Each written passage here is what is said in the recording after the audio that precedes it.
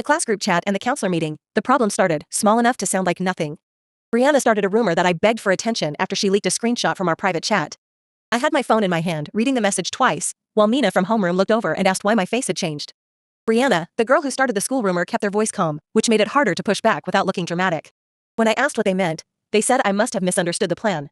Kayla, who reposted the edited screenshot, backed them up 5 minutes later. They did not say I was lying. They said everyone was tired, everyone was stressed, and maybe I had missed a message. That sounded reasonable until I opened the thread and saw the message they meant had been sent after the problem started. I did not fire back right away. I typed 3 responses, deleted all of them, and walked away from the screen. That pause gave them room to keep sounding reasonable while I tried not to sound upset.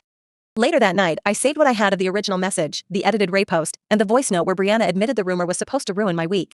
I did it badly, just screenshots and notes in the wrong order. But messy notes were better than letting someone else be the only person with notes. The next day, Kayla reposted the edited version and told the class group chat I was just embarrassed because it was true. I remember the pause before I answered because I was deciding whether to sound easygoing or accurate. Easygoing had not helped me so far. I asked the question in writing because I needed everyone to stand next to a time. What time did that happen? Nobody answered it directly. Brianna, the girl who started the school rumor, answered around it. Kayla, who reposted the edited screenshot, reacted with a thumbs up to their message. Mina from homeroom sent me a private text that said, check the timestamps. So I checked. I put the original message, the edited repost, and the voice note where Brianna admitted the rumor was supposed to ruin my week beside each other, and made a plain timeline. Date, time, who spoke, what changed, and what document or message showed it. If I could not point to it, I left it out. That was when I stopped calling it confusion. Brianna, the girl who started the school rumor, kept describing it that way, but the files did not move like confusion. The messages did not read like confusion. The timing kept helping the same people. That changed how I handled the rest of the day. I stopped explaining my feelings and started asking for times. People got slower when I asked for times. They had to pick a detail and stand next to it. The choice I made was to bring the counselor into it. I hated doing that because it meant admitting the normal route had failed. I still wanted someone to fix it casually, to send one honest message and make the whole thing smaller. Nobody did. I rewrote the email until it stopped sounding like a fight and started sounding like something a person could check. I attached the original message, the edited repost, and the voice note where Brianna admitted the rumor was supposed to ruin my week, and wrote the shortest summary I could manage. The counselor replied with 2 questions. What should they check, and where did the problem begin? That was when I knew I had sent it to the right person. Not how do you feel, not why are you upset, not can everyone calm down. I listed Brianna started a rumor that I begged for attention after she leaked a screenshot from our private chat before anything else. Under it, I added Kayla reposted the edited version and told the class group chat I was just embarrassed because it was true. Then I wrote the sentence I had been avoiding. I think the current version leaves out the work I actually did and the choices other people made. When I walked into the counselor's office after 4th period, I had the papers clipped in order and my phone charged. I also had a headache from not eating, which I remember because it made the fluorescent light feel personal. The counselor's office after 4th period was smaller than I wanted it to be. The counselor sat at the head of the table. Brianna, the girl who started the school rumor, sat across from me. Kayla, who reposted the edited screenshot, sat beside them and kept looking down at her phone. Mina from homeroom took the chair closest to the door. The counselor let Brianna, the girl who started the school rumor, speak first. They gave the version they had clearly practiced. Everyone tried. The situation got messy. I was making it personal because I did not like being corrected. They did not raise their voice once, which made interrupting feel almost rude. Then the counselor asked them to explain the edited repost from our private chat. They gave a quick answer. I put the first page down and said the time on that answer did not match the message. I did not add anything after that. I let the page sit there. Kayla, who reposted the edited screenshot, tried to help them by saying the exact timing was not the point. The counselor said we were checking the order of events before anyone's opinion. That sentence changed the room more than anything I said. By the end, the counselor asked Brianna, the girl who started the school rumor, and Kayla, who reposted the edited screenshot, to wait outside while the pages were copied. I stayed in my chair after they left because my legs did not feel trustworthy yet. What happened next was not instant. The counselor made the repost come down, called home, and made Brianna correct the rumor in the same group chat she used to start it. Nobody gave me some huge apology.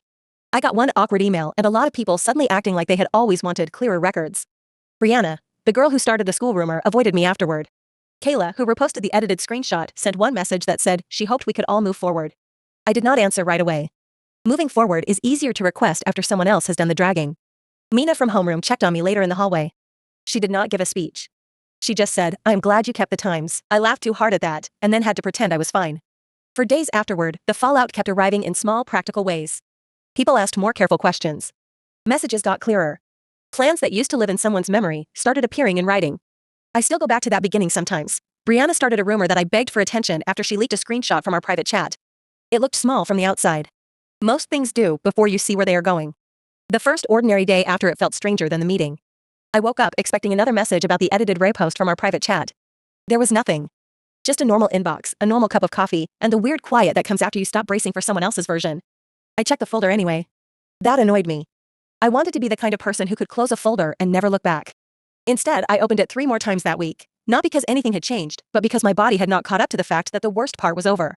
Mina from homeroom joked that I had become allergic to vague messages. She was not wrong. If someone wrote, "We all agreed," I asked who all was. If someone wrote, "Later," I asked what time. It made me sound more difficult for a while. It also made my life much easier to understand. One person told me I should have handled it privately. I asked which part they meant. The part where Brianna, the girl who started the school rumor, changed their story. The part where Kayla, who reposted the edited screenshot, backed it. Or the part where I finally brought the counselor the records. They did not answer that. The funny thing is that I did try private first. Private is where I asked the first questions. Private is where I waited for the direct answer. Private is where the answer got softer and stranger. By the time it reached the counselor's office after 4th period, private had already failed. I kept remembering small details from the room. The sound of a chair leg scraping. The way Kayla, who reposted the edited screenshot, stopped looking at her phone. The way the counselor said, "Timing first." Those are the details that made the ending feel real afterward. The consequence changed other people too. Not forever, probably, but enough. I watched someone else ask for a timestamp the next week, and nobody laughed. That felt like more of a win than any dramatic punishment would have. I do not want to become suspicious of every mistake. People forget things. People miss messages. People panic. I still believe that. What I do not believe anymore is that confidence deserves more weight than the record. If someone asks about it now, I try not to dress it up. I say Brianna, the girl who started the school rumor, did this. Kayla, who reposted the edited screenshot, said that. I sent this, and the counselor checked that. The plainer I keep it, the less room there is for people to make it about my personality. I wish I had trusted the plain sequence earlier. It would have saved me from trying to sound reasonable to people who were already talking around me. I still have one screenshot saved outside the folder. I know that sounds excessive. Maybe it is. But it is not there so I can keep fighting. It is there because sometimes I need to remember the first moment I stopped letting the easier explanation move faster than me. The next time a similar situation started, I did not wait for it to become huge. I asked the small question early. Who said that? What time? Where is it written? The problem either cleared up or showed itself. Both outcomes were better than guessing. I do not miss the adrenaline. I do not miss the private messages or the rehearsed explanations.